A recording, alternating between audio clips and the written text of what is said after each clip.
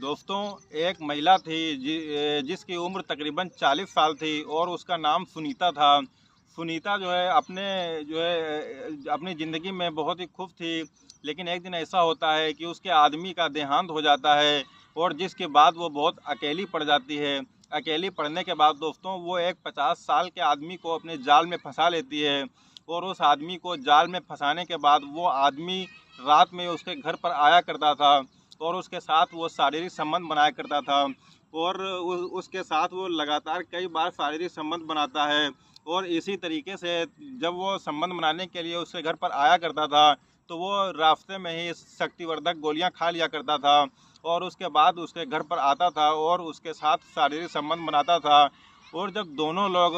शारीरिक संबंध बनाते थे कमरे में तो उसकी आवाज़ें इतनी ज़्यादा निकलती थी कि बाहर तक उसकी आवाज़ें जाया करती थी। तो सुनीता की जो बेटी होती है 19 साल की, वो अपने कमरे में सो रही थी और उसको जो है बहुत ज़्यादा आवाज़ें आती हैं और जैसे ही उसको आवाज़ें आती हैं वो तुरंत जो है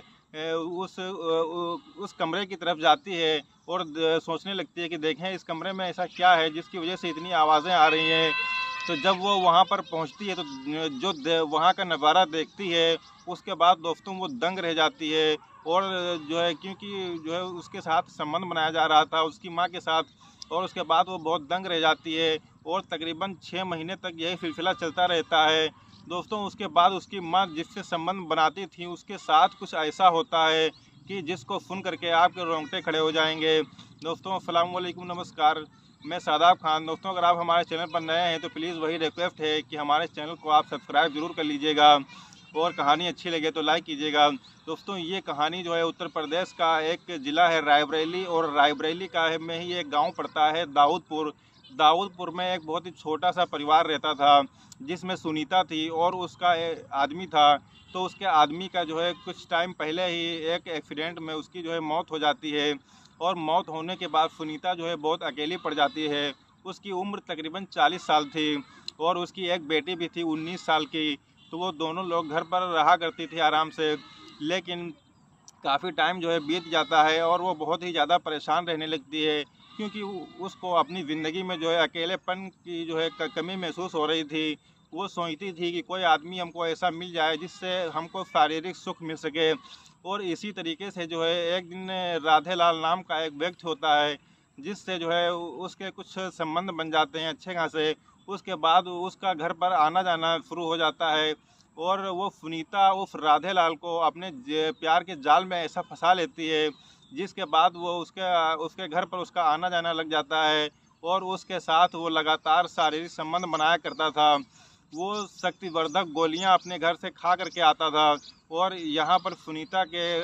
घर पर आकर के रात में उसके साथ ताबड़तोड़ शारीरिक संबंध बनाया करता था और उसके कमरे से जो है इतनी ज़्यादा आवाज़ें आया करती थी कि जो है उसकी आवाज़ें काफ़ी दूर तक जाया करती थी। और जो है इसी तरीके से ये सब जो है चलता रहता है और बहुत दूर तक उसकी आवाज़ें जाती हैं और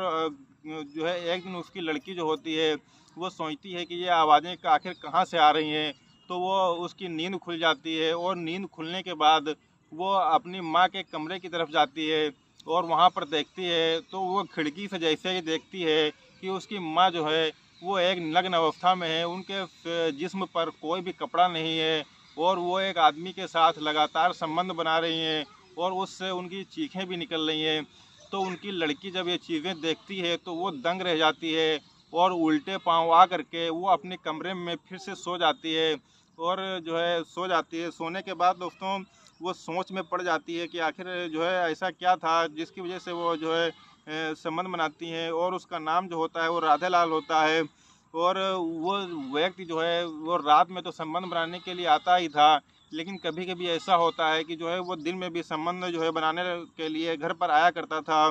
और इस तरीके से जो है इसका प्रभाव जो है उसकी बेटी पर भी पड़ने लगता है। दोस्तों जब वो राधे लाल संबंध बनाने के लिए घर पर आता था तो पहले उसको उसकी बेटी मिलती थी तो वो उसको देख करके मुस्कुरा दिया करती थी। तो इसी तरीके से राधे लाल भी उसको देख करके मुस्कुरा दिया करता था और दोनों की मुस्कान आपस में जो है बरकरार रहती थी। और उसके बाद जो है कुछ समय बीतता है। एक दिन ऐसा होता है कि राधे लाल उसके घर पर आता है लेकिन उसकी जो सुनीता जो होती है वो नहीं मिलती है और वो उसकी बेटी के पास बैठ जाता है दोनों आपस में मुस्कुराते हैं, बातचीत करते हैं। इसी दौरान वहाँ पर सुनीता आ जाती है और सुनीता आने के बाद बहुत ही ज़्यादा गुस्सा होती है और उस राधे लाल को अलग पकड़ करके ले जाती है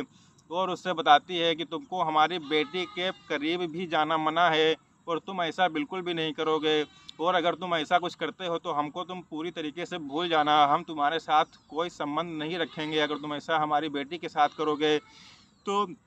उसके बाद वो उसको समझा बुझा कर जो है वापस भेज देती है। और एक दिन फिर ऐसा ही होता है कि वो जो है काफ़ी टाइम तक तो घर पर नहीं आता है। उसके बाद में एक दिन वो फिर घर पर आता है, लेकिन जब वो आता है तो उसको सुनीता फिर से नहीं मिलती है और उसकी बेटी जो है अपने कॉलेज का होमवर्क पूरी कर रही थी, क्योंकि वो 12th की स्टूडेंट थी। तो वो जो है अपना जो है क्लास का होमवर्क पूरा कर रही थी। इसी दौरान राधे लाल के घर पर एंट्री होती है और वो देखता है कि सुनीता वहाँ पर नहीं है। तो वो उसकी बेटी के साथ में बैठ करके जो है गपशप करने लगता है और आपस में जो है बातें करने लगता है। इसी दौरान सुनीता वहाँ पर फिर से आ जाती है और आने के बाद जब वो उसको देखती है तो उसको जो है बहुत ही ज़्यादा गुस्सा आता है इस बार, और वो उसको बहुत ही ज़्यादा उसके अपनी बेटी के सामने ही हड़काना शुरू कर देती है और कहती है कि हमने आपको पहले ही मना कर दिया था कि आप हमारे तक ही सीमित रहिए, आप हमारी बेटी तक मत जाइए, लेकिन आप जो है आपको समझाने के बावजूद भी आप इस बात को नहीं माने और हमारी बेटी तक पहुंच गए। ये सारी चीज़ें जो है बहुत ही ज़्यादा गलत हैं और जो है वो इस बात को जो है नहीं मानता है। उसके बाद जो है वो सुनीता उसको वहाँ से भगा देती है और कहती है कि आज के बाद हमारा तुम्हारा कोई रिश्ता नहीं है और तुम जो है यहाँ पर अब बिल्कुल भी नहीं आना। अब दोस्तों वो सुनीता जो थी वो बहुत ही ज़्यादा परेशान थी। वो सोचती थी कि अब किसी भी तरीके से इसको तो निपटाना ही पड़ेगा। इसी तरीके से जो है वो अपनी बेटी के साथ मिल करके एक ऐसे प्लान को अंजाम देती है और अपनी बेटी से कहती है कि इसको किसी भी तरीके से जो है इस दुनिया से जो है निपटाना है। वो दोनों लोग आपस में प्लान करते हैं। प्लान करने के बाद उनकी जो सुनीता होती है वो उसके पास राधे लाल के पास फिर से फ़ोन करती है और उससे कहती है कि हमें माफ़ कर दीजिए, हमको आपसे जो है इस तरीके से जो है बातें नहीं करनी चाहिए थी और जो है हमसे बहुत बड़ी गलती हो गई है और आप जो है रात में आना हमसे मिलने के लिए, पीछे के दरवाजे से आना, रात के 12 बजे तकरीबन आना। और ये लोग यहाँ पर प्लान बिल्कुल तैयार किए हुए रखे थे और वो जैसे ही रात के 12 बजे पीछे के दरवाजे से आता है और जैसे ही वो अंदर एंट्री करता है तो सबसे पहले जो सुनीता की बेटी होती है 19 साल की, वो उसका हाथ पकड़ लेती है और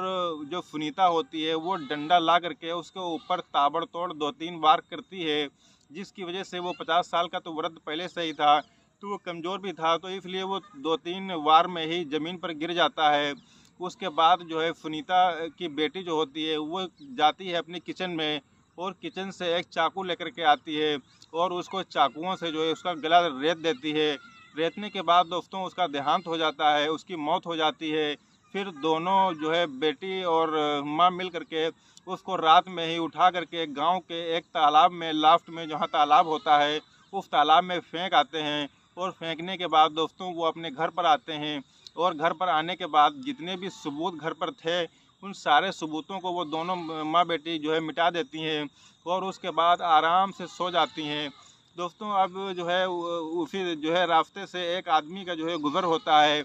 और वो जब देखता है कि यहाँ पर एक लाश पड़ी हुई है, उसको कुत्ते जो है नोच खसोट रहे हैं, तो जब वो उसके करीब जाता है तो देखता है कि ये लाश तो जो है राधे लाल की है। तो वो तुरंत समझ जाता है कि इसके साथ कुछ ना कुछ तो गड़बड़ हुआ है। उसके बाद वो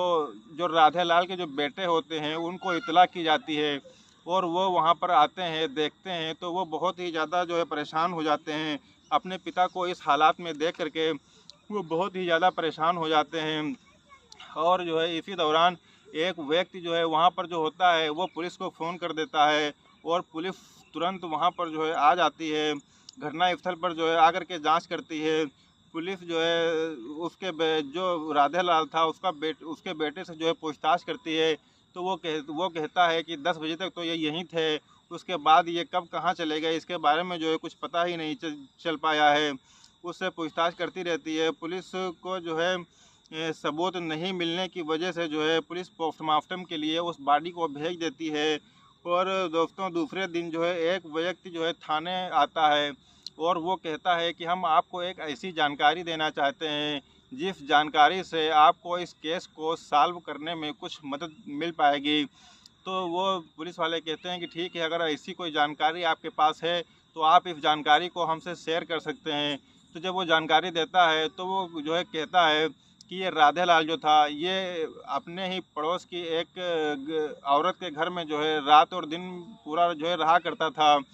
तो और उसके साथ जो है इसके नाजायज़ संबंध भी थे। तो हो सकता है इसमें कोई क्लू आपको मिल जाए। तो पुलिस जो है एक टीम गठित करती है और टीम गठित करने के बाद उसके सुनीता के घर पर जाती है और उससे पूछताछ करती है कि क्या ये बात सही है। तो सुनीता इस बात को तो कबूल कर लेती है कि हाँ,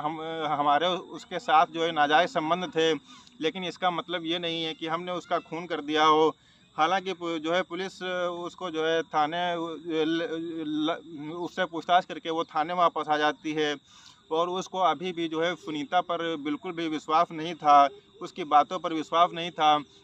वो सुनीता का नंबर ले आती है पुलिस और उसके बाद जो है उसकी कॉल डिटेल निकलवाती है। कॉल डिटेल निकलवाने के बाद जो राधे लाल की जो लोकेशन थी वो 12 बजे की जो है वो सुनीता के घर पर ही पाई जाती है। उसके बाद दोस्तों पुलिस सुनीता के घर पर वापस आती है और अब जो है वो एक लेडीज़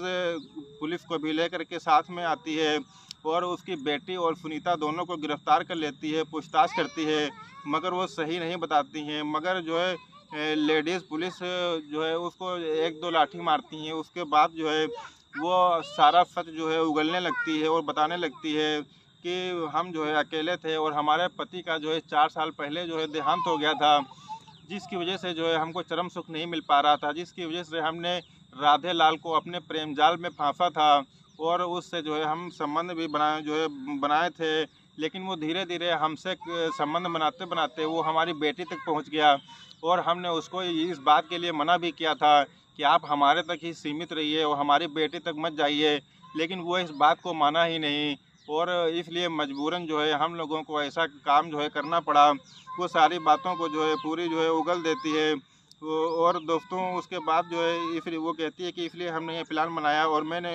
ये कहानी सुन करके जो है सभी लोग आश्चर्यचकित रह जाते हैं। और दोस्तों कहा जाता है कि एक ऐसी चीज़ है, हवस जो है एक ऐसी चीज़ है कि जिसके आगे जो है कुछ दिखाई ही नहीं देता है और गलत कदम भी जो है इंसान उठा लेता है। दोनों को जो है संगीन धाराओं में मुकदमा दर्ज करके कोर्ट में पेश करके उनको जेल भेज दिया जाता है और जो है वो दर्ज करके उनको जो है जेल में भेज दिया जाता है। और दोस्तों आप